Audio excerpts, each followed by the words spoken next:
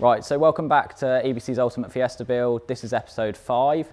We're actually not in the Centre of Excellence, as you might have noticed from the intro. We've come down to see our friends at Pumaspeed, and they're going to be doing some really big upgrades for us. In fact, they're going to be the biggest upgrades we've had in this build so far. So I'm going to hand you over to Nathan, and he's going to explain a bit about what's going on. Yes, thank you. So, as mentioned, we're here at Pumaspeed. We're going to take pretty much one of everything that we can get for the Fiesta ST. The car's come to us literally bone stock, aside from the EBC big brake kit, which is already on the car. So we're aiming for big power today. We're going to take one of everything, which is basically going to try and take us to the 400 brake mark. So induction kit, turbo, intercooler. We've got some transmission upgrades as well to help put the power down. So if I run through pretty much everything that we've got, and yeah, we'll get started on fitting them.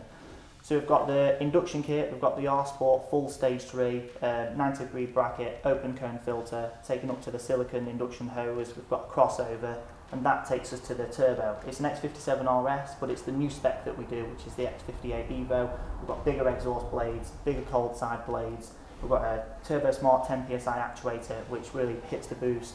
Sometimes we do a 7 PSI, but the 10 PSI is perfect for putting the power down. EBC have brought a forged recirc valve, massive upgrade on the standard one, which is plastic. This one's obviously metal, so better quality, and it's going to be an awesome noise when we let off the throttle. We've got the hot side pipes from Mishimoto. We've got a Pro 450 intercooler. That's the biggest one we do. It's a stepped cooler, so a huge core, perfect for getting the temperatures down. We've got the R-Sport cold side pipes, and at that point, obviously, the air's in the inlet manifold.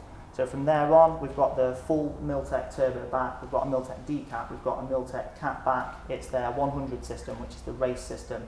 Normal non-res, but it's got the race back box, so it's going to be a perfect noise. And obviously from there on, we've got the maxed out mapping. So it's going to leave here on a base file, so the car will drive, but we need to go to the dyno tomorrow to obviously do some tweaking, do some revising, and hopefully that will hit us at the 400 mark. So putting the power down, we've got some transmission upgrades. We've been supplied with a Cusco diff, which we're going to get sent off actually to our gearbox specialists. We don't fit the diffs in-house. We like to get those perfectly fitted and just make sure that everything's fitted correctly. So we're going to send that off today. Should be filmed for you to obviously see at home. And that's going to come back to us and we'll put the gearbox back in. We've got an ST200 Plus clutch. So you've got the pressure plate from an ST200, which is upgraded. And then you've also got 10% more material on the clutch itself. So it's just more grip for putting the power down. We've got some exhaust hangers, which is just going to stop everything swinging around. We've got a quick shifter for obviously shifting quickly, hence the name. We've got uprated injectors, bigger cams. That's obviously going to get us more fuel, more air, more power. We've got an engine mount for the engine stability. We've got Symposia delete to try and eliminate some boost leaks. Other than that, I think we've got stickers, a couple of bolts, and yeah, we're ready to go. Perfect. So it does sound like we've got a lot to do, so I think we should just get to it.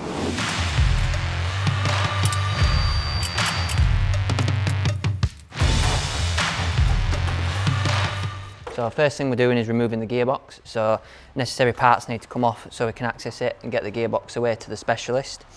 We've got all the battery out, the induction hose, airbox is coming out. Gear linkages have to come off so we can access all the bell housing bolts. Drive shafts come out, gearbox oil gets drained. Engine mount, a couple of bell housing bolts underneath, and then the gearbox is ready to come out.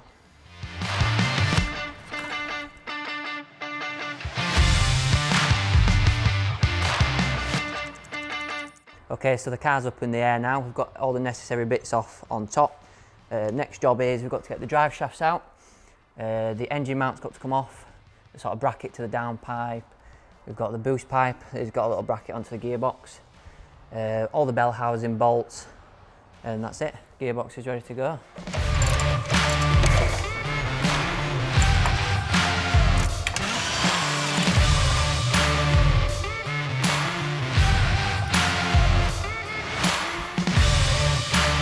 Box out now. We're going to send this off to the specialist and then we're going to crack on with the rest of the build.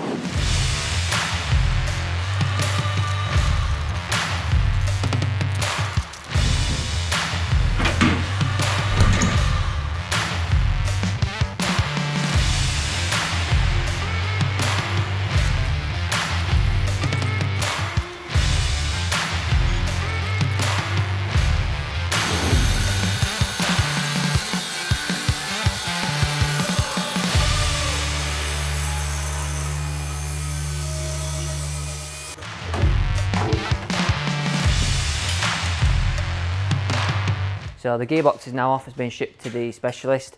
The bumper's off as well, as we're changing the intercooler to a full height one. All the plastics need to be removed and all the necessary boost hoses. So yeah, let's crack on.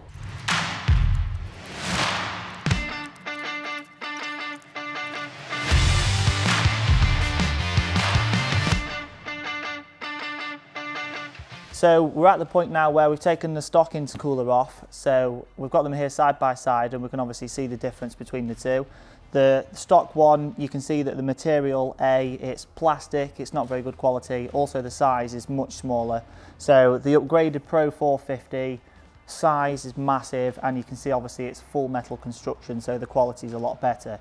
So the stock one, when it's on the car, it's obviously down in the lower open grille, you're not getting much airflow there. The Pro 450, it's down obviously in the lower grille, but additionally it's full height, you're getting the air flowing through the upper grille as well. Additionally, you've probably seen on the other parts of the video, the back of the intercooler is stepped, so you can see that the bottom of the core is much fatter, and then you've got that full height core going up to the top there, so the cooling capabilities is just much better than this OE intercooler, which you can just tell is just seriously narrow. The idea of the intercooler is obviously just to keep the temperatures down. The more internal volume that you've got on the intercooler, the more capacity of air that you can cool at once. So when you're running anywhere up to 400 brake, this stock cooler is obviously just not going to be able to do that. So that's why we upgrade to the Pro 450.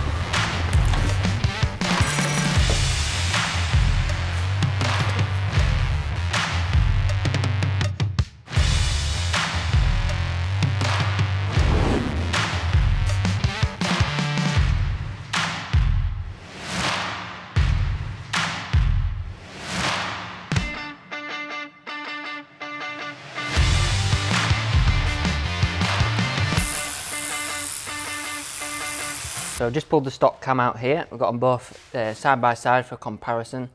The reason why we're upgrading them is for the fuel pressure. There's this lobe here controls the fuel pump and the sort of amount of pressure. So it's got a bigger sort of profile on it compared to the stock one, which allows us to get more lift on the actual fuel pump. So we'll get this fitted now and on to the next bit.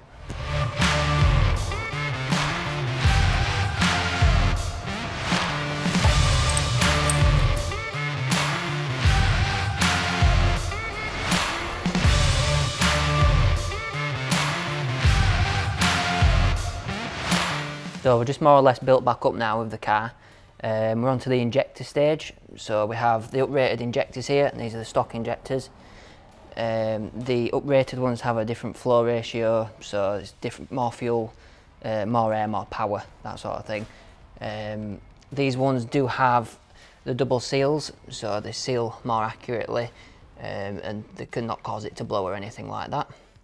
But now we're on to building it back up, so let's get it on.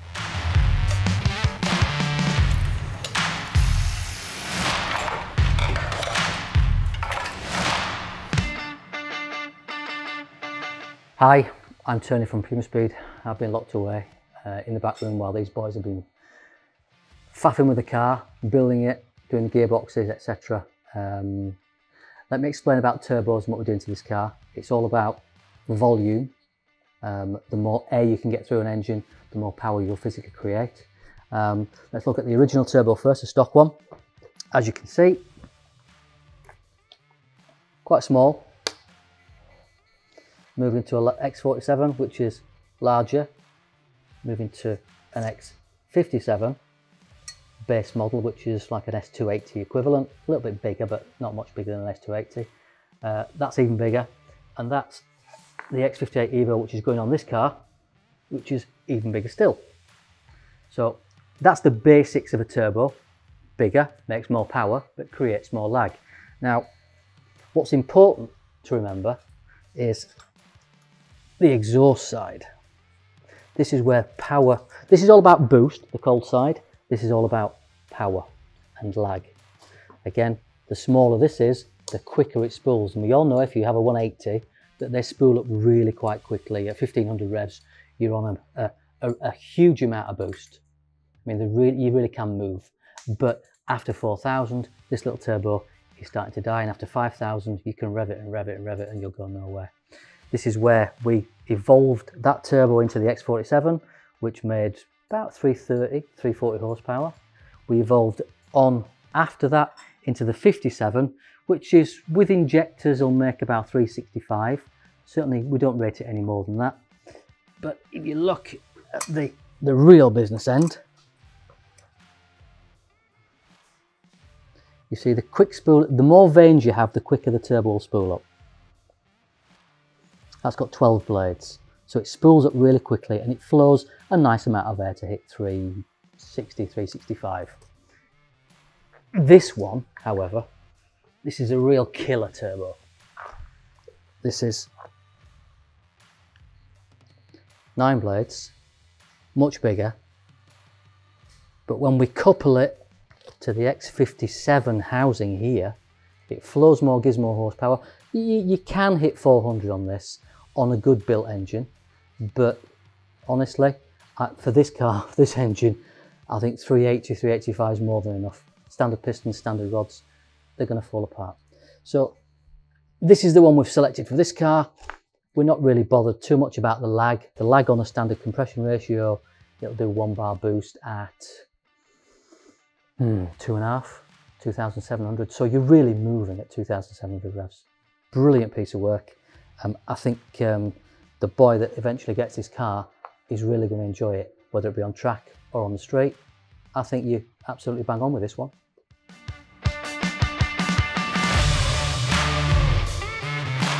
So gearbox just got back, and as it's diff fitted, we'll be fitting a Pumaspeed Zone quick shifter. So you've got 35% throw and a 25% throw on this. We're going with the red, it's quite a nice colour as well. Just goes straight onto there, so we're going to fit this now.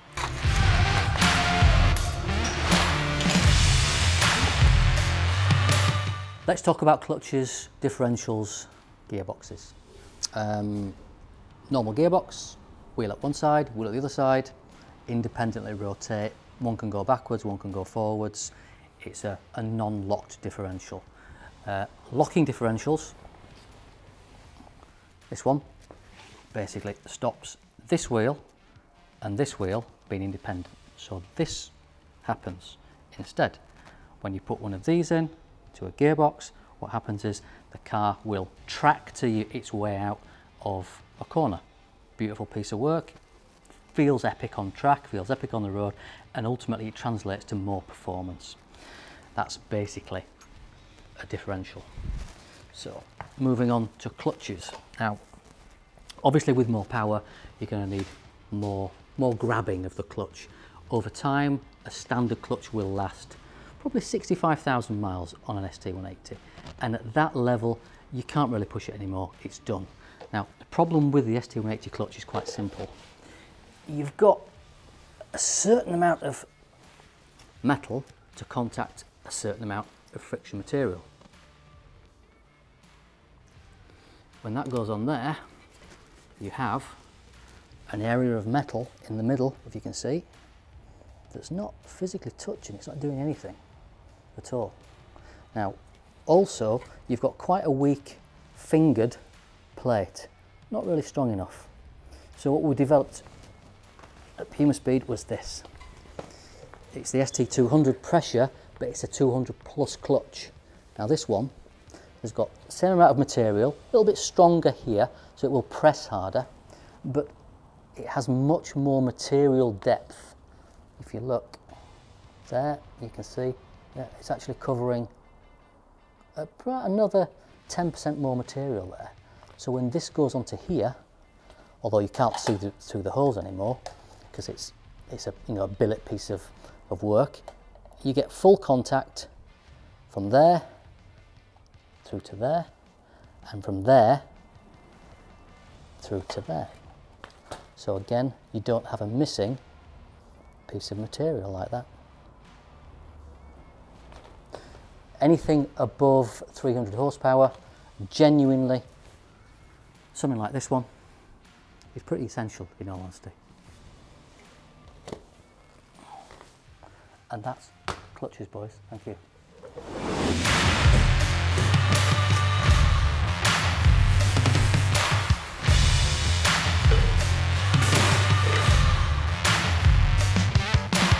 So we're about to put the exhaust on. This is a Miltech non-res race. It's the perfect kit with this particular build. It's got Miltech engraved in the exhaust tips. Let's get cracking.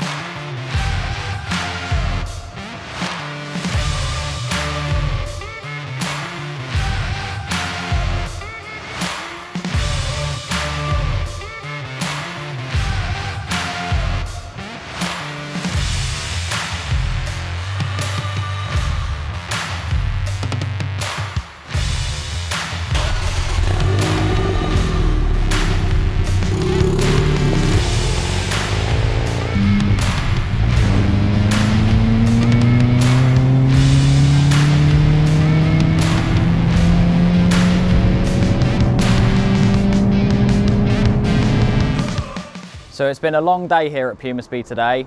The team today have installed all of the modifications that we saw earlier.